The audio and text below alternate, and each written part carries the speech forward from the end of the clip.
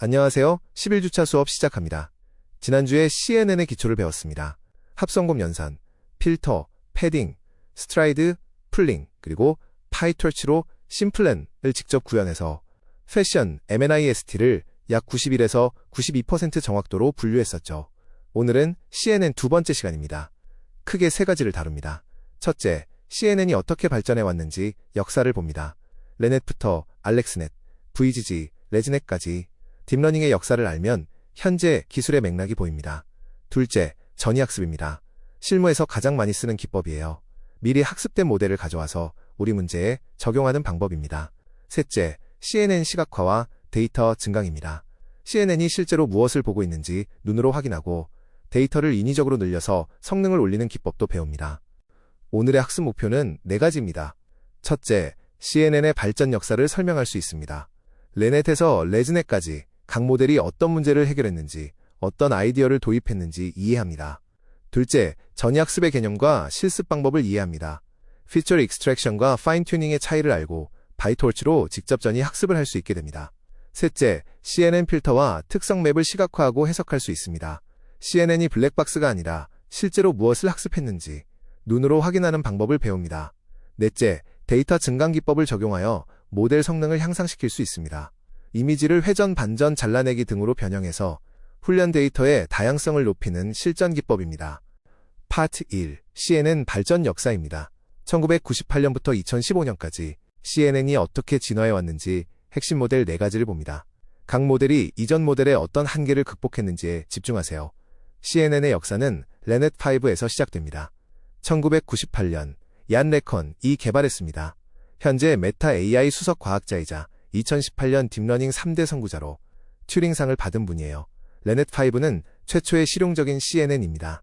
실용적이라는 게 중요합니다. 실제로 미국 우편번호, 손글씨 숫자를 인식하는 데 쓰였고 수표 금액을 자동으로 인식하는 데도 사용됐어요. 구조를 봅시다. 입력은 32x32 흑백 이미지입니다.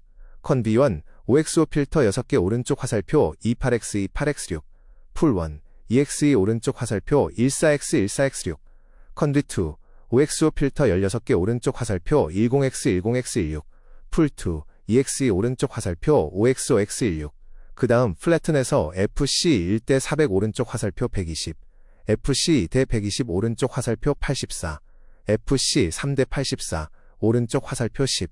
지난주에 우리가 만든 심플렌과 구조가 매우 비슷하죠? 칸비 플러스 풀 플러스 FC. 이 구조의 원형이 바로 레넷입니다. 총 파라미터는 약 6만 개. 당시 기준으로는 상당히 큰 모델이었지만 지금 기준으로는 아주 작은 모델이에요. 레넷의 의의는 CNN이 실제 문제에 적용 가능하다는 것을 최초로 증명한 것, 그리고 콤비 플러스 풀 플러스 FC라는 기본 구조를 확립한 것입니다. 하지만 이 이후 약 14년간 CNN은 큰 주목을 받지 못했습니다. 컴퓨팅 파워가 부족했고 대규모 데이터셋도 없었거든요. 그러다가 2012년 역사가 바뀝니다. 2012년 알렉스넷 이미지넷 대회에서 우승합니다. 이것이 현대 딥러닝 붐의 시작점이에요. 정말 중요한 사건입니다. 이미지넷 대회, ILSVRC라고 하는데 1000개 클래스의 이미지를 분류하는 대회입니다. 성능 지표는 탑5 에러율이에요. 모델이 예측한 상위 5개 중에 정답이 하나라도 있으면 마친 걸로 치는 거죠. 2012년 이전까지는 수작업으로 특징을 설계했어요. SIFT, HOG 같은 전통적인 영상 처리 기법으로 특징을 추출하고 SVM 같은 분류기에 넣는 방식이었습니다. 에러율이 약 26%였어요. 알렉스넷은 원본 이미지를 그대로 CNN에 넣어서 특징을 자동으로 학습시켰습니다. 에러율 15.3%, 이 위와 무려 11%포인트 차이. 이건 엄청난 성능 격차였어요. 알렉스넷의 혁신 포인트를 봅시다. 첫째, RALU 활성화 함수를 사용했습니다. 이전까지는 sigmoid를 쓰고 있었는데 9주차에서 배웠듯이 sigmoid는 기울기 소실 문제가 심하잖아요. 알렉스넷 이 RALU를 도입해서 깊은 네트워크 학습을 가능하게 했습니다. 둘째, 드롭아웃을 적용했습니다. 역시 9주차에서 배운 정교화 기법이죠. 과적합을 효과적으로 방지했어요. 셋째, GPU로 학습했습니다. 2개의 GTX 580 GPU를 병렬로 사용해서 60M 파라미터를 가진 8층 모델을 학습시켰어요. GPU 없이는 불가능했을 규모입니다. 넷째, 데이터 증강을 활용했습니다. 오늘 뒤에서 배울 기법인데 이미지를 변형해서 훈련 데이터를 늘린 거예요. 알렉스넷의 핵심 교훈은 이겁니다. 특징을 사람이 설계하지 말고 데이터에서 학습시켜라. 이 패러다임 전환이 현대 딥러닝의 시작이에요. 알렉스넷 이후 2년 VGGNet이 등장합니다. 옥스퍼드 대학의 VGG 연구팀이 만들었어요. VGGNet의 핵심 아이디어는 아주 단순합니다. 작은 필터를 깊게 쌓자. 알렉스넷은 11x11, 5x5 같은 큰 필터를 사용했는데 VGGNet은 오직 3x3 필터만 사용합니다. 왜 3x3이 좋을까요? 5x5 필터 하나를 생각해보세요. 한 번에 5x5 영역을 봅니다. 그런데 3x3 필터 두 개를 쌓으면 어떨까요? 첫 번째 3x3이 3x3 영역을 보고 두 번째 3x3이 그 결과의 3x3을 보면 실질적으로 5x5 영역을 보는 것과 같습니다. 이걸 수용 영역이라고 했었죠. 파라미터를 비교해 봅시다. 5x5 필터 1개, 25개 파라미터. 3x3 필터 2개, 9 플러스 9는 18개 파라미터. 같은 수용 영역인데 파라미터가 더 적습니다. 게다가 3x3 2개 사이에 ReLU를 넣으면 비선형성이 2번 적용되어서 표현력이 더 좋아져요. VGG16의 구조는 13개 콘비층과 3개 FC층, 총 16층입니다. 채널은 64 오른쪽 화살표, 128 오른쪽 화살표, 256 오른쪽 화살표, 512 오른쪽 화살표, 512로 점점 늘어나고요. VGGNet의 의의는 3x3 필터의 효율성을 증명한 것입니다. 이후로 3x3 필터가 CNN의 표준이 되었어요. 10주차에서 3x3 필터가 가장 일반적이라고 했었죠. 그 이유가 바로 VGGnet 덕분입니다. 다만 한계도 있었어요. 파라미터가 약 138M으로 매우 많고 이보다 더 깊게 쌓으면 오히려 성능이 나빠지는 문제가 있었습니다. VGGNet의 한계가 더 깊게 쌓으면 오히려 성능이 나빠진다였죠. 이건 직관에 어긋나는 현상이에요. 층이 많으면 더 복잡한 함수를 학습할 수 있으니까 성능이 좋아져야 할 것 같은데 실제로는 반대였습니다. 구체적으로 20층 네트워크보다 56층 네트워크의 성능이 더 나빴어요. 이건 과적합 때문이 아닙니다. 훈련 데이터에서조차 성능이 나빴거든요. 기울기 소실과 최적화의 어려움 때문이에요. 2015년 마이크로소프트 리서치의 카이밍 히가 이 문제를 정말 우아하게 해결합니다. 레즈넷, 레지주얼 네트워크입니다. 핵심 아이디어는 잔차 연결, 스킵 커넥션입니다. 기존 방식은 Y는 FX입니다. 입력 X를 받아서 완전히 새로운 출력으로 변환하는 거죠. 레즈넷, Y는 FX 플러스 X입니다. 출력에 입력 자체를 더해줍니다. 이게 왜 좋냐면 FX가 학습하는 것이 입력을 어떻게 바꿀지가 아니라 입력에서 뭘 바꿀지, 즉 변화량만 학습하는 거예요. 만약 FX는 0을 학습하면 Y는 0 플러스 X는 X, 항등함수가 됩니다. 최소한 이전 층의 정보가 그대로 보존되는 거예요. 이건 최적화 관점에서 엄청난 차이입니다. 네트워크가 아무것도 안 하는 것을 쉽게 학습할 수 있으니까 깊이를 늘려도 최소한 성능이 나빠지지는 않습니다.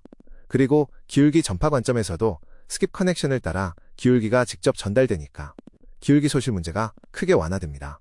슬라이드에 잔차 블록 구조를 봅시다. 입력 X가 들어오면 두 갈래로 나뉩니다.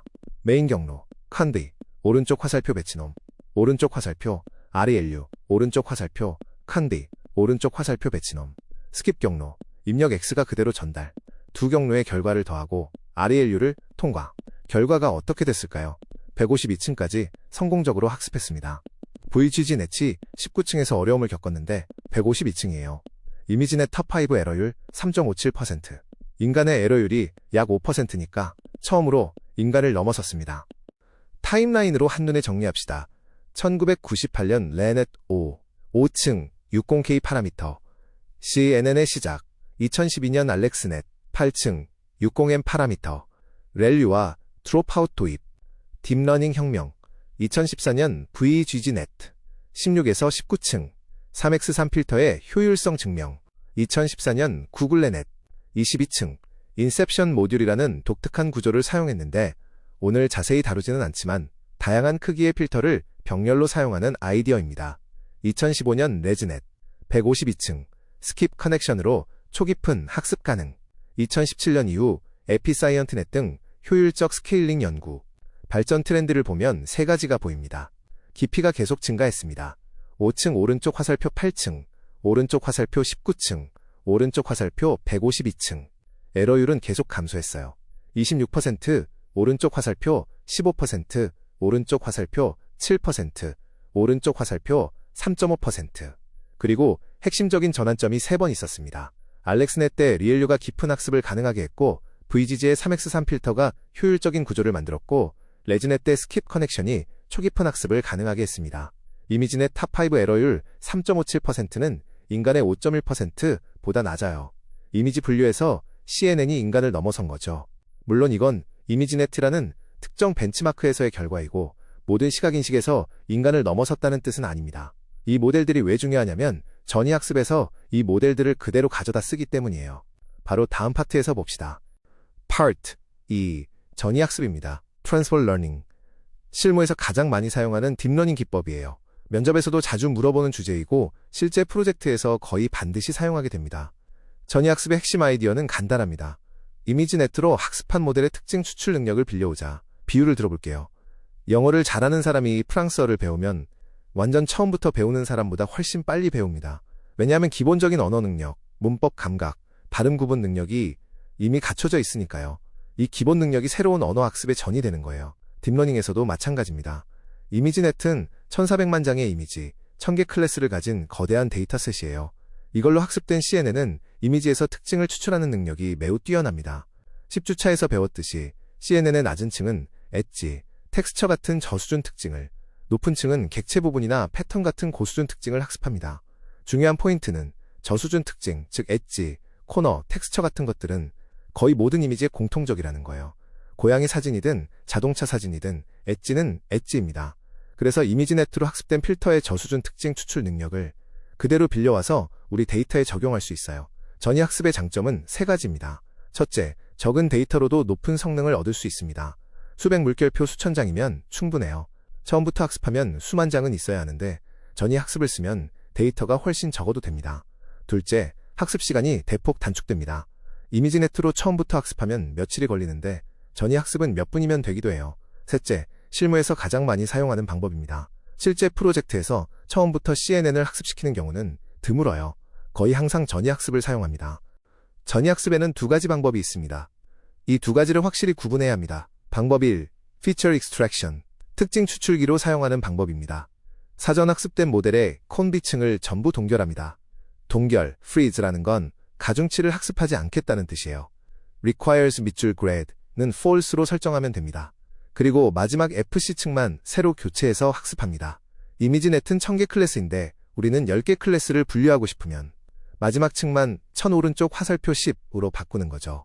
간비층은 이미 이미지넷에서 학습한 강력한 특징 추출기니까 그 위에 우리 문제에 맞는 분류기만 새로 얻는 겁니다.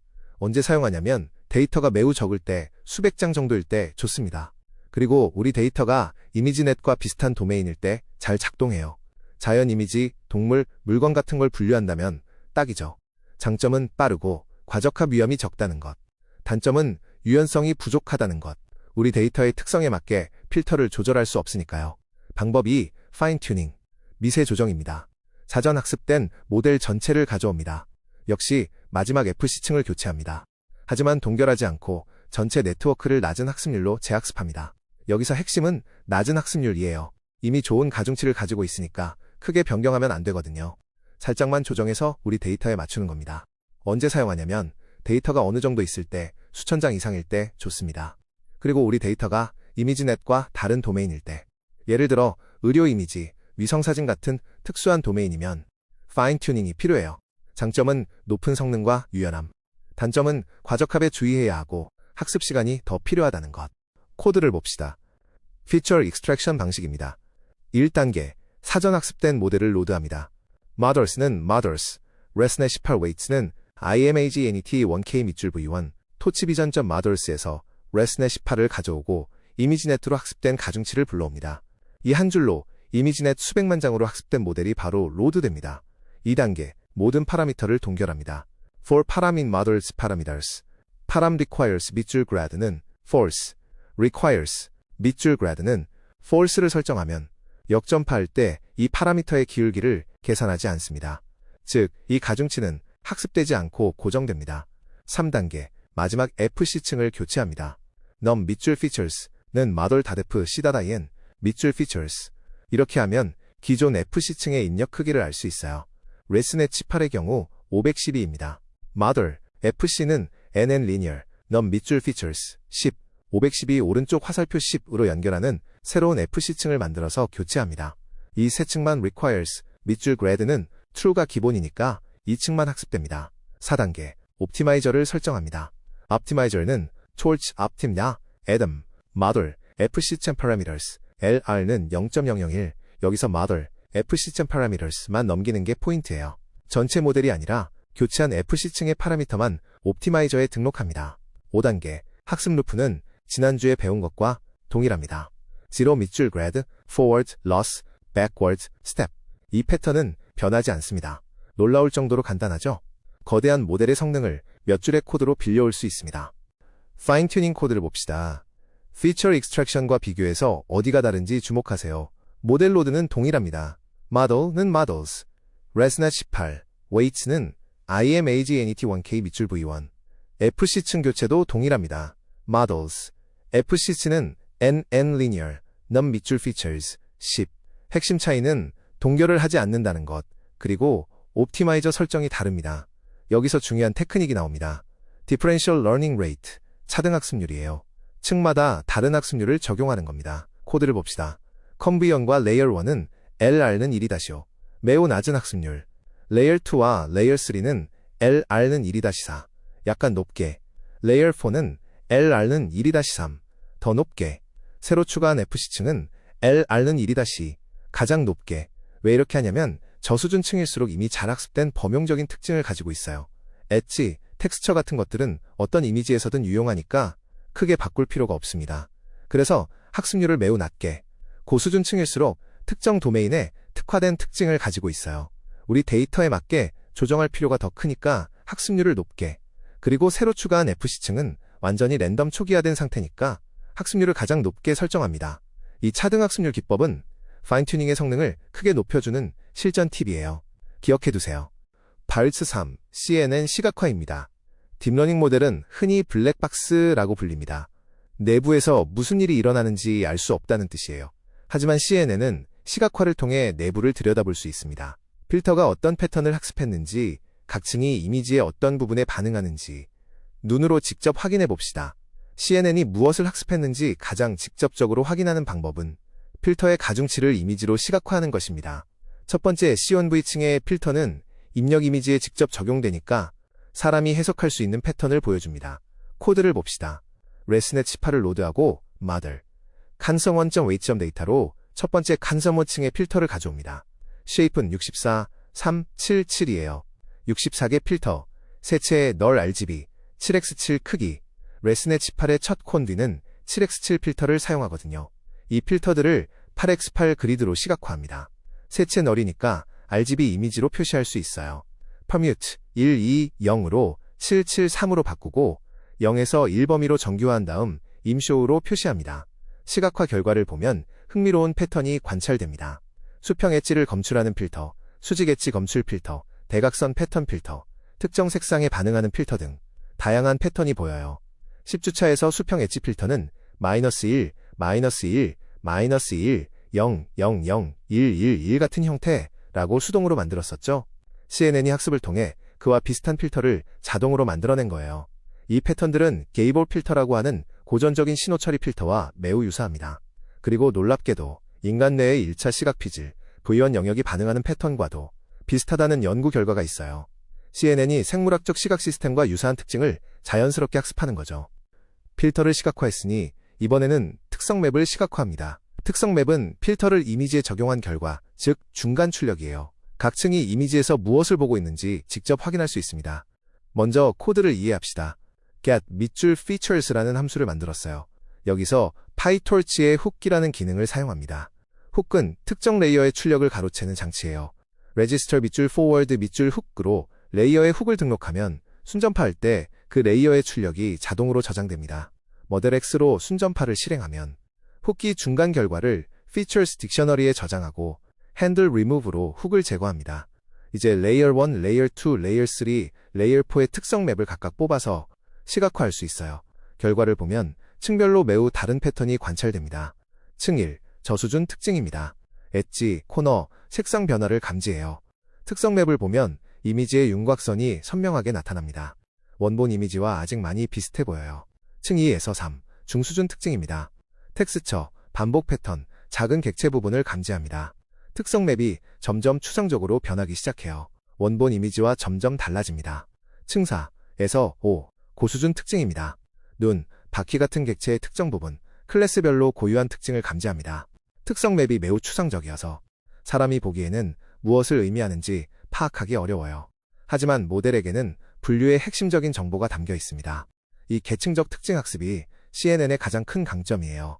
단순한 패턴부터 복잡한 패턴까지 층별로 단계적으로 학습하는 겁니다. Part 4. 데이터 증강입니다. 데이터 어그멘테이션, 9주차에서 정규화 기법 중 하나로 잠깐 언급했었죠. 오늘 구체적으로 배웁니다. 특히 전이 학습과 함께 사용하면 시너지가 매우 큽니다. 데이터 증강의 핵심 아이디어는 단순합니다. 데이터가 부족하면 기존 데이터를 변형해서 새 데이터를 만들자. 고양이 사진이 100장밖에 없다고 해봅시다. 이 100장을 좌우로 뒤집으면 200장이 됩니다. 각각을 회전시키면 더 많아지겠죠. 밝기를 바꾸면 더 많아집니다. 이렇게 기존 이미지를 다양하게 변형해서 훈련 데이터의 다양성을 높이는 거예요. 효과는 세 가지입니다. 과적합을 방지하고 모델의 일반화 성능을 향상시키고 실시간으로 변환하니까 메모리 부담도 없습니다. 주요 증강 기법을 봅시다. 수평 반전, 좌우를 뒤집는 거예요. 고양이를 뒤집어도 고양이니까 레이블이 바뀌지 않죠. 가장 간단하고 효과적인 증강입니다. 랜덤 회전, 이미지를 플러스 마이너스 15도 정도 회전시킵니다. 약간 기울어진 이미지에도 대응할 수 있게 해줘요. 랜덤 크롭, 이미지의 일부 영역만 잘라서 사용합니다. 다양한 위치와 스케일에 대한 강건성이 높아집니다. 색상 변환, 밝기, 대비, 채도를 랜덤으로 변경합니다. 다양한 조명 환경에서도 잘 동작하게 되죠. 랜덤 지우기, 이미지의 일부 영역을 랜덤으로 가립니다. 컷아웃 또는 랜덤 이레이징이라고 해요. 가려진 부분 없이도 객체를 인식하도록 학습합니다. 중요한 주의사항이 있습니다. 의미가 변하지 않는 변환만 적용해야 해요. 예를 들어 숫자 6과 9를 분류하는 문제에서 이미지를 180도 회전시키면 6이 9가 되어버리잖아요. 그런 증강은 하면 안 됩니다.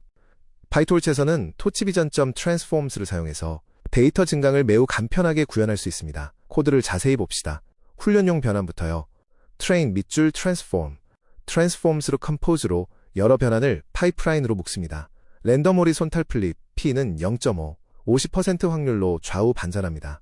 매번 다른 이미지가 나오는 거예요.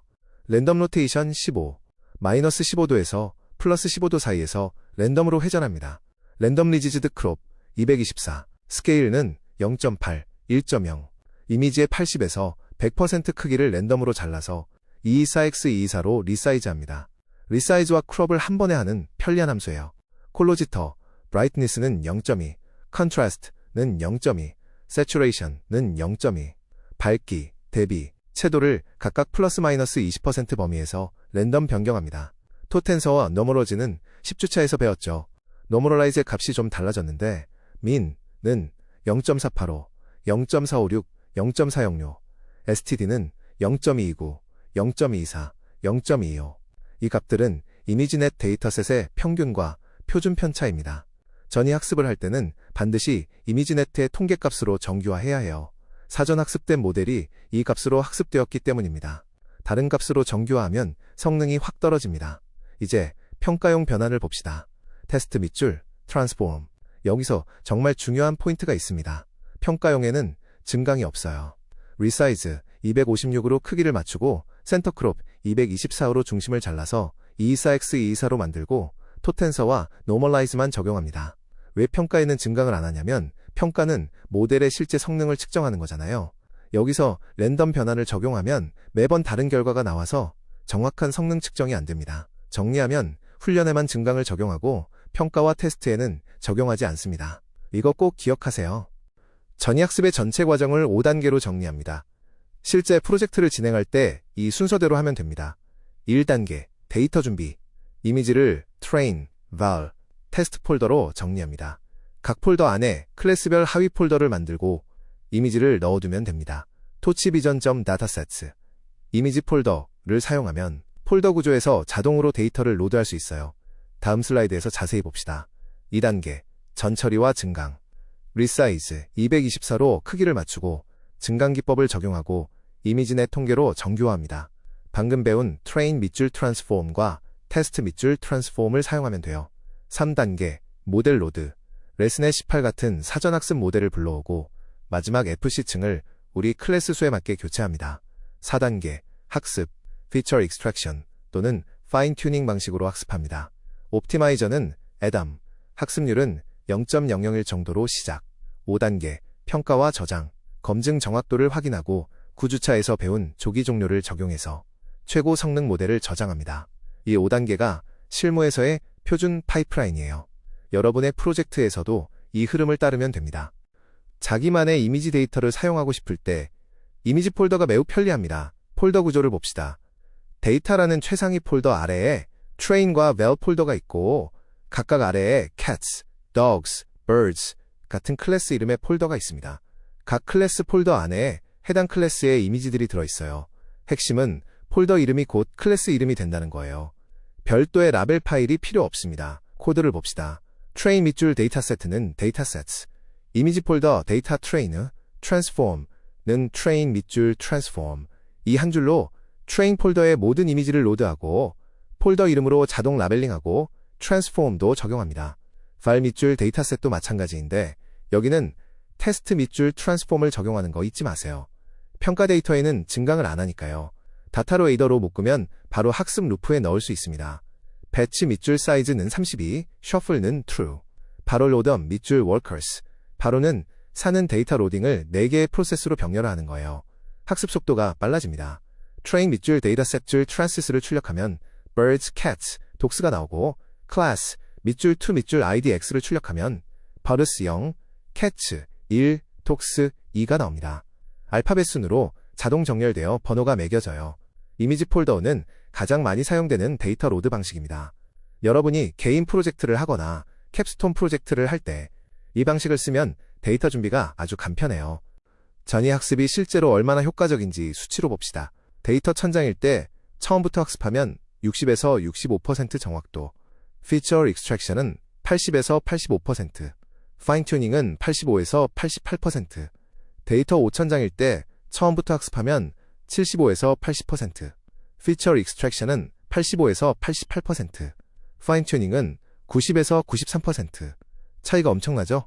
특히 데이터가 1000장밖에 없을 때 처음부터 학습하면 60%인데 파인튜닝은 85%예요.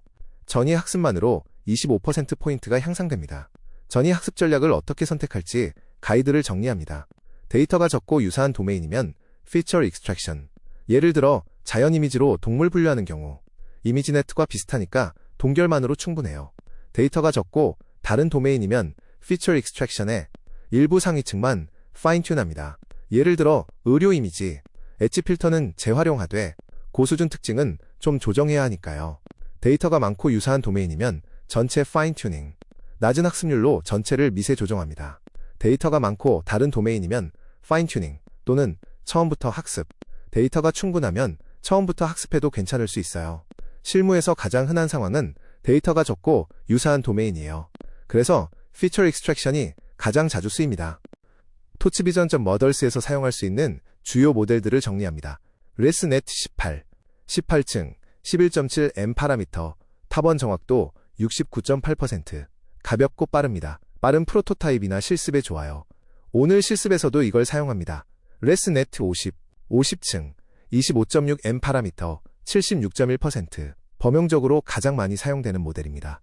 실무에서 기본 선택지로 많이 쓰여요. VGG16, 16층, 138M 파라미터, 71.6%, 파라미터가 매우 많지만 특징 추출기로서의 성능이 좋습니다. 아까 파트 1에서 배운 모델이죠. 모빌 네티비2, 53층, 3.4M 파라미터, 71.9%, 파라미터가 매우 적어요. 모바일이나 인베디드 환경에 적합합니다. 경량 모델이 필요할 때 사용하세요. 에피사이언트넷 밑줄 비제로, 5.3M 파라미터, 77.1%, 파라미터 대비 성능이 가장 뛰어납니다. 효율성이 중요할 때 추천하는 모델이에요. 코드에서 주의할 점이 있습니다. 각 모델마다 마지막 층의 이름이 다릅니다. 레지넷은 모델, FPC, VGG는 model.classifier, 모바일넷은 model.classifier. 전이 학습할 때 마지막 층을 교체해야 하는데 이 이름을 잘못 쓰면 에러가 납니다. 모델별로 확인하고 사용하세요. 이번 주 실습 과제입니다. 실습 1, CNN 필터와 특성 맵 시각화. 사전 학습된 ResNet 18의 컨브이언 필터를 시각화하세요. 그리고 실제 이미지를 통과시키면서 레이어 1부터 레이어 4까지 특성 맵을 시각화합니다. 저수준에서 고수준으로 특징이 변화하는 과정을 관찰해보세요. 실습 2, 전이 학습으로 분류기 만들기. CIFAR10 또는 여러분이 직접 모은 커스텀 데이터셋을 준비합니다. 레슨의 18을 피처 익스트랙션 방식으로 적용하세요. 그리고 데이터 증강을 적용했을 때와 안 했을 때의 성능을 비교합니다. 증강의 효과를 직접 확인하는 거예요. 실습 3.